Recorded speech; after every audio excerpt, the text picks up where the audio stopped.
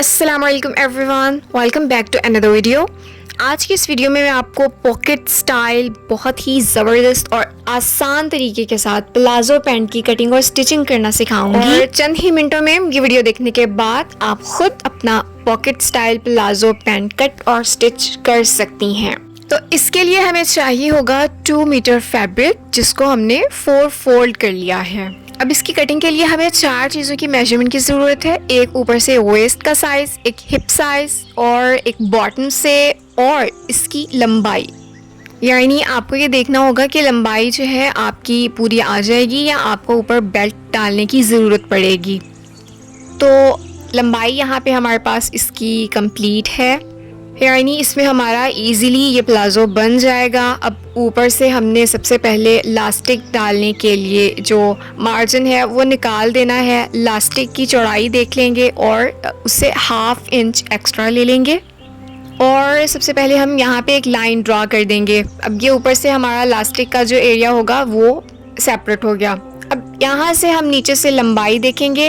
लंबाई हमने इसकी रखनी है 35 इंचेस। तो 35 इंच पे यहाँ हम मार्क कर लेंगे, इसको लाइन अप कर लेंगे और ये हमारे पास अब इलास्टिक और नीचे से एक ट्राउज़र की पूरी लंबाई आ चुकी है। अब हम निशान लगाएंगे अपने क्रॉच एरिया का। तो यहाँ से हम लेंगे 12 इंचेस, लंबाई में 12 इंच पे मार्क करेंगे और यहाँ से इसको चौड़ाई में हम लेंगे 2.5 इंचेस। 2.5 इंच पे एक चौड़ाई में मार्क करेंगे और इन दोनों को लाइन अप कर लेंगे। यहाँ पे हम एल शेप ड्रॉ कर लेंगे और इसको सेंटर में हम 1.5 इंच के मार्जिन पे सेंटर में एक डॉट लगाएंगे और इस तरह से इसको गोलाई देते हुए यहाँ पे हम मार्क कर लेंगे।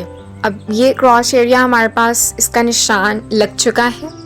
अब ये जो 2.5 इंच पे हमने लाइन ड्रॉ की है, यहाँ से हम इसकी चौड़ाई देखेंगे अपनी वेस्ट की और ये चौड़ाई हम लेंगे 14 इंचेस। 14 इंच पे मार्क करेंगे और यहाँ पे एक सीधी लाइन ड्रॉ कर लेंगे। इसको लाइन अप करने के बाद अब जो क्रॉस एरिया की लाइन है ना, आप चाहें तो वहाँ से उस लाइन को भी बिल्कुल स्ट्रेट कर सकती हैं, लास्ट तक उस लाइन को आप लेके आ सकती हैं।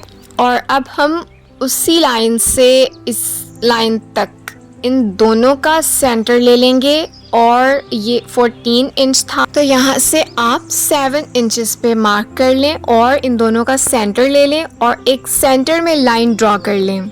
ये फैब्रिक जो हमारे पास है इसमें ऑलरेडी लाइंस बनी हुई हैं, तो यहाँ पे हमें लाइन ड्रॉ करने की ज़रूरत नहीं थी, बट आपकी आसानी के लिए यहाँ हम सेंटर में एक लाइन ड्रॉ कर रहे हैं। और जैसे कि मैंने पहले भी अर्ज़ की कि ये जो 2.5 इंच पे हमने एक लाइन ड्रॉ की थी क्रॉच एरिया के लिए, उस लाइन को आप बिल्कुल स्ट्रेट नीचे तक ला सकती हैं आपकी आसानी के लिए। तो यहाँ से आप इजीली सेंटर ले लेंगी। अब जो हमारे ट्राउज़र का बॉटम एरिया है, यहाँ से हम दोनों साइड से बिल्कुल इक्वल मेजरमेंट लेंगे। ये मेजरमेंट हमने यहाँ से 4.5 इंचेस तक ली है दोनों साइड से। जो सेंटर में हमने लाइन ड्रॉ की है उसके दोनों साइड्स पे आपने 4.5 इंच पे एक लाइन ड्रॉ कर लेनी है और इस तरह से ये दोनों साइड से हमारा 9 इंच का बॉटम बनेगा और स्टिचिंग के बाद 8 इंचेस तक हो जाएगा। अब इन लाइंस को हमने ऊपर जो हमने मार्क किया है वहाँ तक इस तरह से मिलाना है कि यहाँ से हमने नीचे से स्ट्रेट लेके आना है और सेंटर से थोड़ा सा इसको तिरछा करते हुए उस निशान के साथ मिला देना है। और दूसरी साइड से भी आप इसी तरह करेंगी, नीचे से आप स्ट्रेट लेके आएंगी और आहिस्ता आहिस्ता इसको तिरछा करते हुए आप उस क्रॉच एरिया का जो कॉर्नर है उसके साथ मिला देंगी। इसको देख के आपने घबराना बिल्कुल भी नहीं है। एक्चुअली मैं ऑलरेडी इसको लाइन अप करने के बाद कट कर चुकी थी, लेकिन मुझे वीडियो स्टार्ट करना माइंड में नहीं रहा। मैंने दोबारा फैब्रिक को उसी तरह रखने के बाद बस सारा तरीक़ेकार आपको समझाने की पूरी कोशिश की है। उम्मीद है आप इसको समझ गए होंगे। अब इस तरह से हम इसको कट कर लेंगे बिल्कुल उन लाइंस के ऊपर जो हमने ड्रॉ की हैं और ये हमारे पास बहुत ही ज़बरदस्त शेप आई है। अब इसी तरह से ये जो सेकंड लाइन हमने ड्रॉ की है, इस लाइन की यहाँ से भी हम बिल्कुल ऊपर कटिंग कर लेंगे। बट ये कटिंग आपने कंप्लीट नहीं करनी है। ये देख लें, इसको हमने इतना कट किया है। इसकी रीज़न ये कि ऊपर जो हम पॉकेट बनाएंगे उस पॉकेट के लिए एक्चुअली हमारे पास इस कपड़े का अर्ज़ कम था तो कम अर्ज के कपड़े में हम यहाँ पे जॉइंट डाल के पॉकेट बनाएंगे और ये स्टाइल बहुत ही अमेजिंग होने वाला है। तो यहाँ पे अब सबसे पहले हमने अपनी पॉकेट के लिए जो निशान लगाने हैं वो आप यहाँ से देख लें। ऊपर से जो इलास्टिक का एरिया है उसको हम छोड़ देंगे। उससे नीचे हमने सबसे पहले 2 इंचेस पे मार्क करना है।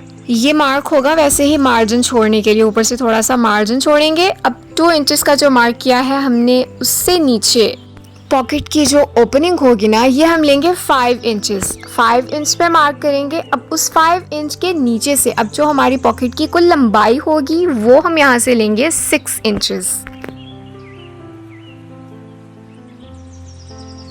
अब जो हमने यहाँ पे जोड़ डालना है उस फैब्रिक को हम बिल्कुल उसके साथ रखेंगे। जो हमने नीचे से लास्ट कॉर्नर पे जो निशान लगाया है वहाँ तक फैब्रिक को रख लेंगे और इसको लाइन अप कर लेंगे, सीधी लाइंस ड्रॉ कर लेंगे।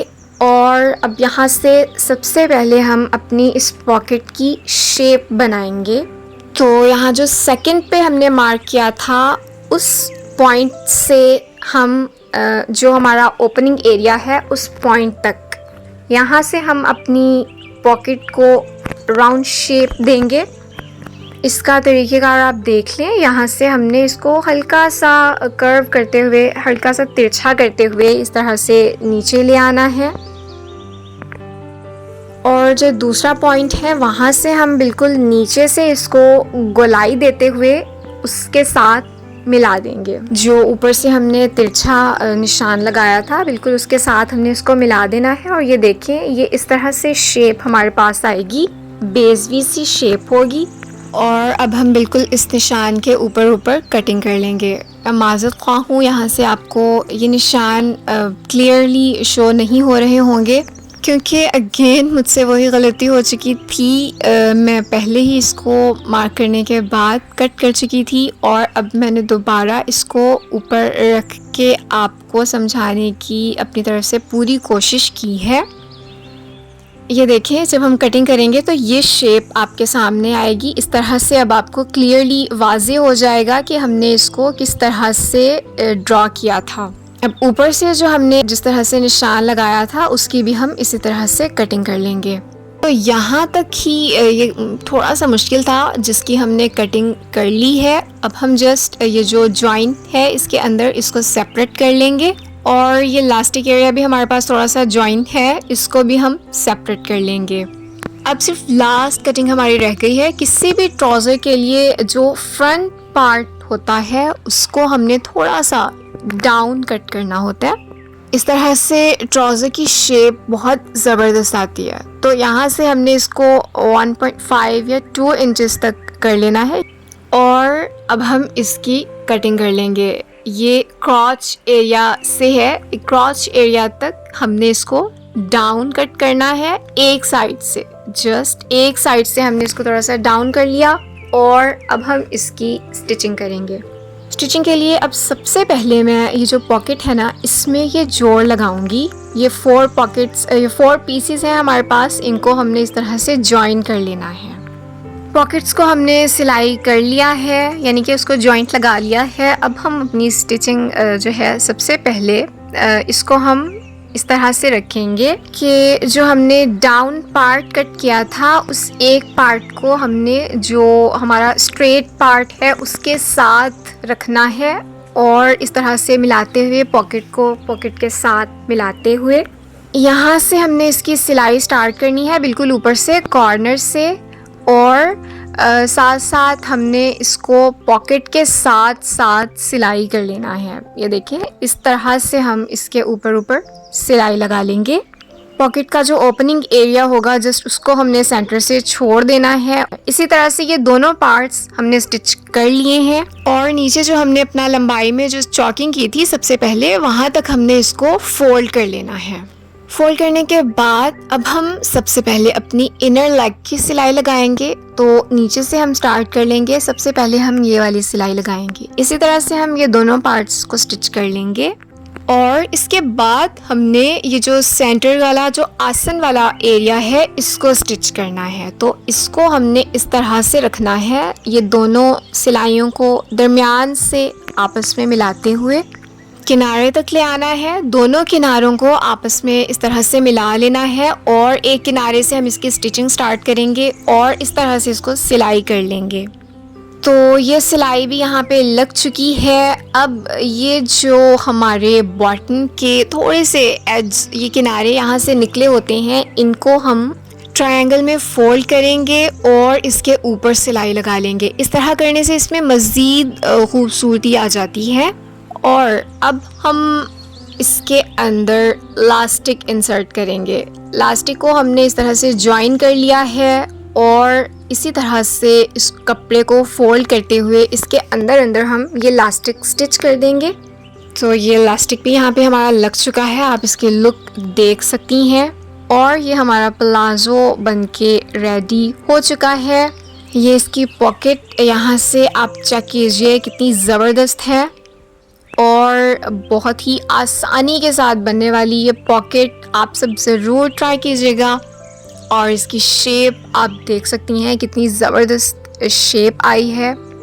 और ये जो आसन को हमने बाद में सिलाई किया है, इसका फ़ायदा ये होता है कि इस तरह करने से बिल्कुल ब्रांडेड एक रेडीमेड लुक आती है। सो गाइस, ये था मेरा आज का ट्यूटोरियल। आई होप आपको पसंद आया होगा। वीडियो अच्छी लगे तो लाइक कर सकते हैं। चैनल पे न्यू है तो चैनल को सब्सक्राइब करना मत भूलिएगा।